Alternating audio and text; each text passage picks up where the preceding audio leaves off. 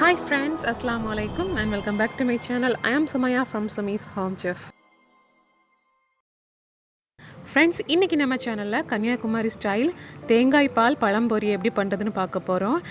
எங்க ஊர்ல பாத்தீங்கன்னா வரக்கூடிய விருந்தாளிகளுக்கு செய்யக்கூடிய பலகாரங்கள்ல இந்த பழம்பொரிக்கு முக்கியமான பங்கு இருக்கு. அண்ட் இத பல விதத்துல செய்வாங்க. நான் இங்க உங்களுக்கு தேங்காய் பால் சுவையில எப்படி செய்யறதுன்னு காமிக்க போறேன்.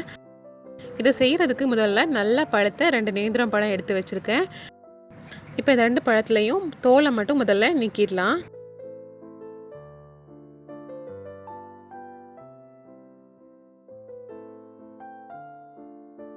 தோல் சீவினதுக்கு அப்புறமா அதை இந்த மாதிரி சின்ன சின்ன துண்டுகளாக கட் பண்ணி எடுத்துக்கோங்க. இப்போ அடுத்ததாக இன்னொரு பக்கம் ஒரு மிக்சர் ஜாரில் 1/2 கப் அளவுக்கு ஃப்ரெஷ்ஷாக தூருன தேங்காய் சேர்த்துக்கிறோம். இதை சேர்த்து நாம் கொஞ்சமாக தண்ணி விட்டு நல்லா ஃபைனாக அரைச்சி எடுத்துடலாம்.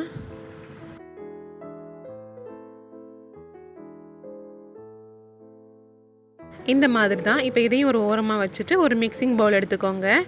இப்போ இந்த மிக்சிங் பவுலில் முதல்ல நாம் மைதா மாவு சேர்க்க போகிறோம். அதாவது 3/4 கப் அளவுக்கு பிளைன் ஃப்ளவர் எடுத்துக்கோங்க. இப்போ இந்த மைதா மாவு கூடவே 2 டேபிள் ஸ்பூன் மட்டும் அரிசி மாவு சேர்த்துக்கோங்க. இது வந்து நீங்கள் வறுத்தது இல்லைனா வறுக்காதது எது வேணால் யூஸ் பண்ணிக்கலாம். அப்புறமா 1/4 டீஸ்பூன் மஞ்சள் தூள், 3 டேபிள் ஸ்பூன் அளவுக்கு சுகரும் சேர்த்துக்கிறோம்.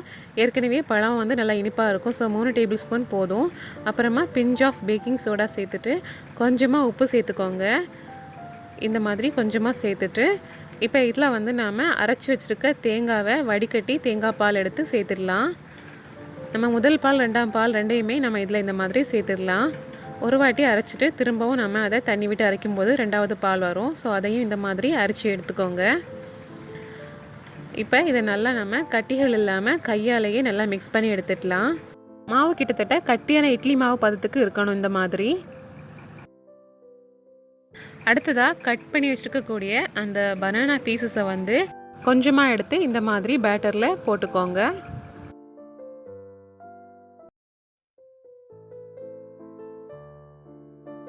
அடுத்ததாக ஃப்ரை பண்ணுறதுக்கான ஆயிலை வந்து மிதமான சூட்டில் வச்சுட்டு அதை இந்த மாதிரி கம்ப்ளீட்டாக 2 பக்கமும் டிப் பண்ணி இந்த மாதிரி போட்டுக்கோங்க. ஓரளவுக்கு அது ஃப்ரை ஆனதுக்கு அப்புறமா அதை நீங்கள் ஃப்ளிப் பண்ணி 2 பக்கமும் ஒரே மாதிரி இந்த மாதிரி கோல்டன் கலரில் ஃப்ரை ஆகிறது வரைக்கும் ஆயிலில் ஃப்ரை பண்ணி எடுத்துக்கோங்க. இதோட மாவில் நம்ம அரிசி மாவும் சேர்த்து மிக்ஸ் பண்ணியிருக்கிறதுனால இது சாப்பிடும்போது அவுட்டர் வந்து கிறிஸ்பியாகவும் அதே மாதிரி உள்ளாடி வந்து பழம் ரொம்ப ஜூஸியாகவும் ரொம்பவே சூப்பராக இருக்கும் சாப்பிட்றதுக்கு. அவ்வளோதான், ஃப்ரை ஆகிடுச்சு. இப்போ இதை சர்விங் பிளேட்டுக்கு எடுத்து மாற்றிடலாம். அப்படியே